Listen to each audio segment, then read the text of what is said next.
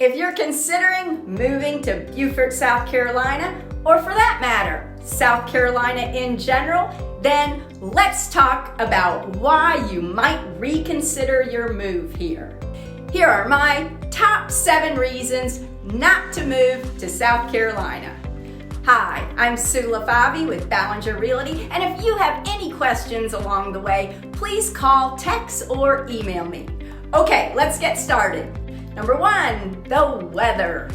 I do love the heat and humidity, but for some folks coming from places like the Northeast, maybe not so much. In the summer, you'll see temperatures in the 90s to over 100 degrees, and when you take into consideration the high humidity of the southeast coast, it feels even hotter. You're pretty much guaranteed to sweat as soon as you walk out the door. And ladies, you can straighten your hair all day long, but the minute you walk outside, poof, the hair party is over. So if you have naturally curly hair, you just need to own it or put it up in a bun for the summer. Number 2, airport accessibility. If you're a remote worker that travels a bunch, you're not going to find a large international airport here. The 2 primary airports are Charleston and Savannah. Savannah being the closest, which is approximately an hour from Beaufort. And even though it's called Savannah International Airport, you are not going to find a direct flight out of the country from here.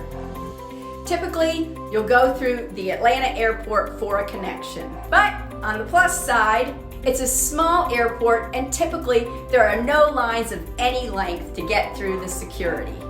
It's a very easy airport to navigate, and they're getting more and more direct flights every day. We just flew a direct flight to Denver this past Christmas. Okay, number 3, quiet nightlife. While Beaufort does have some great locally owned restaurants with excellent cuisine, as well as local bars with live music, typically a one-man band, it's not what you'd see in a large U.S. city. Most restaurants stop serving at 9 o'clock and bars typically close at midnight, except there may be a few that keep their doors open till 2 a.m. And if you enjoy going to the movie theater, it's gonna be a 30-minute drive to Bluffton, one town over. Me, I'm just fine with Netflix. Number 4, lack of shopping. Beaufort consists primarily of locally owned shops and boutiques, and I do love supporting local businesses, but Amazon Prime is also my best friend. We do have stores like TJ Maxx, Walmart, and PetSmart, but you're not gonna find a Sam's Club, Costco, or Target. Grocery stores are also limited. My go-to is Publix, but we also have Food Lion. And while I do miss Whole Foods, I have adapted by getting all my fresh produce, organic meats, breads, and fresh pasta at our local farmers market every Saturday morning. On to number 5, bugs. Yup, here in the Lowcountry, bug spray is the new cologne. Surrounded by water, it's no surprise we have mosquitoes, those pesky flies you can't see that are called no-see-ums, and my least favorite, the flying cockroaches, which go by a slightly more acceptable name, palmetto bugs. Most folks here have a pest exterminator spray their homes on a quarterly basis, and there are also yard treatments for the outdoor bugs like the green bug system that works great. Okay, forget about the bugs. Number 6, let's talk about alligators. If you're from Florida or Georgia, these prehistoric animals are no surprise. But if you're not used to seeing these critters on a regular basis, you better get used to it.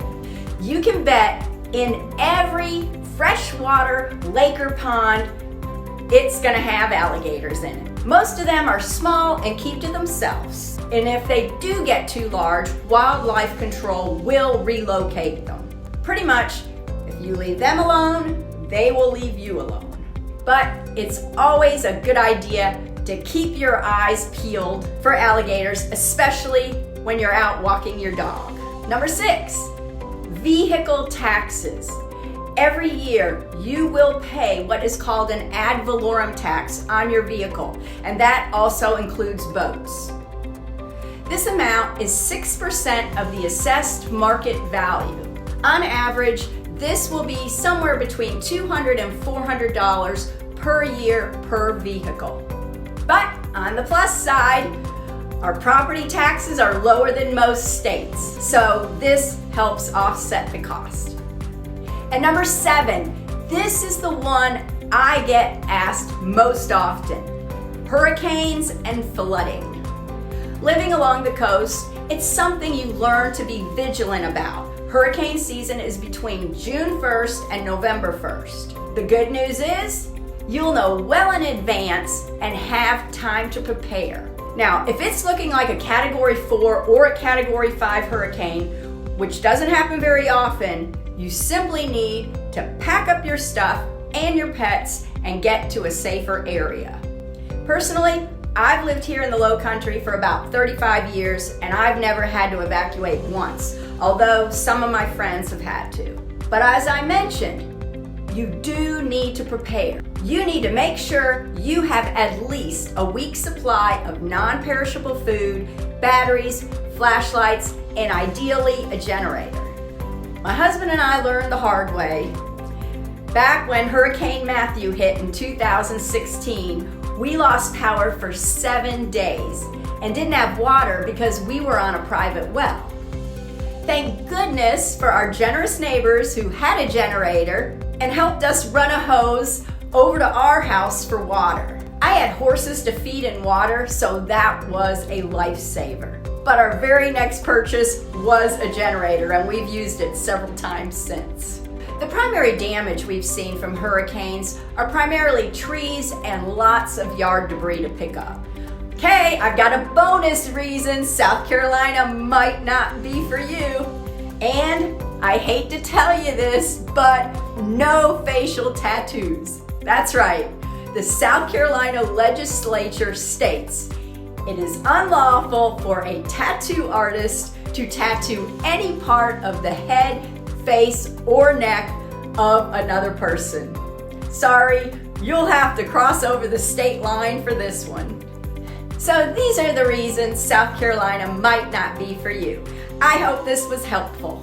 I would love any comments below, and please call, text, or email me if you have any questions or I can help in any way. Thanks.